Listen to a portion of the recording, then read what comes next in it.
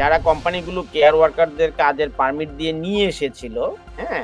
এখন তাদের বিরুদ্ধে কি সরকার কোনো অ্যাকশন নিয়েছে?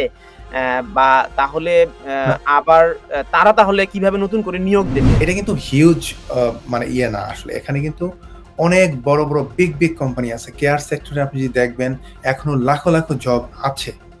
যাদেরকে এখন শুধু প্রমাণ করতে হবে যে আমি লোকালি কাউকে পাচ্ছি না, আমি ওভারসিজ থেকে নিয়ে আসবো। হোম অফিস গাইডলাইন অনুযায়ী যে চেষ্টা করছে যে তারা যাতে জবটা পায়, এটা কিন্তু জাস্ট ফিউ মান্থসের ব্যাপার। কয়েক মাসের মধ্যে কিন্তু এটা শেষ হয়ে যাবে। Stonebridge Legal Solutions Limited, your trusted immigration partner. যারা কোম্পানিগুলো কেয়ার ওয়ার্কারদের কাজের পারমিট দিয়ে নিয়ে এসেছিল, হ্যাঁ? এখন তাদের বিরুদ্ধে কি সরকার কোনো অ্যাকশন নিয়েছে? বা তাহলে না, আবার তারা তাহলে কিভাবে নতুন করে নিয়োগ দেবে? তারা তো বন্ধ হয়ে গেছে। তো এখন তো কাজই নাই।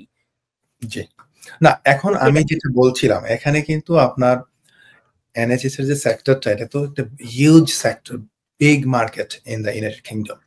কারণ হচ্ছে যে এটা তো শুধুমাত্র এই যে কয়েকটা ডোমিসিলারি কেয়ার বা এই যে লোকাল কিছু লোকজন নিয়ে এসেছে, এটা তো বেসিক্যালি ওই সুযোগটা, ওভারঅল সুযোগটা দেওয়ার কারণে এই সুযোগটাকে কাজে লাগিয়ে এই একটা চক্র এই কাজটা করেছে। বাট এটা কিন্তু হিউজ মানে ইয়ে না আসলে। এখানে কিন্তু অনেক বড় বিগ কোম্পানি আছে। কেয়ার সেক্টরে আপনি যদি দেখবেন এখনো লাখো জব আছে। যাদেরকে এখন শুধু প্রমাণ করতে হবে যে আমি লোকালি কাউকে পাচ্ছি না, আমি ওভারসিজ থেকে নিয়ে আসবো। বাট এই সেক্টর আমি বলছি, মানে জোর দিয়েই বলছি যে এই সেক্টর কিন্তু স্টিল আপনার শর্টেজ অকুপেশন লিস্টে রয়েছে এবং এই লোকদেরকে কিন্তু ইউকে তে দরকার। গভর্নমেন্ট চেষ্টা করছে যে যারা এখানে রয়েছে লোকজন, যারা কাজ আনএমপ্লয়েড রয়েছে, তাদের কাছ থেকে এই লোকদেরকে নিয়ে কাজ করানো। বাট অবভিয়াসলি আমরা দেখেছি এটা প্রত্যেকটা গভর্নমেন্ট এই জিনিসটা চায়, কিন্তু এন্ড অফ দ্য ডে কিন্তু এটা হয় না। সো তারা একটা পর্যায়ে এসে আপনার ওভারসিজ যে স্টাফ রয়েছে তাদের উপর রিলাই করতে হয় সবসময়। সো আমি যেটা বলবো যে এখানে শর্টেজ রয়েছে।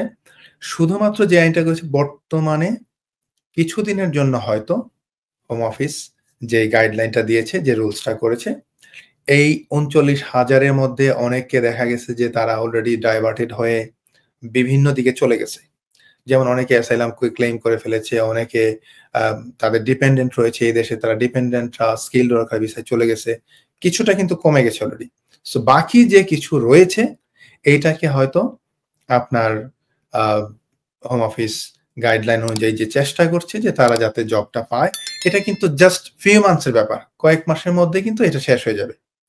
সো এই যে পুলটা যখন শেষ হয়ে যাবে রিক্রুটমেন্ট এর ইয়েটা, তখন কিন্তু আল্টিমেটলি হোম অফিস মানে has to rely on the overseas market. So labour মার্কেটে আপনার এটা মানে হোপ এমন না যে এই আইন করার কারণে একদম ওভারসিজ থেকে আনতেই পারবে না, তা না। আনতে অবশ্যই পারবে।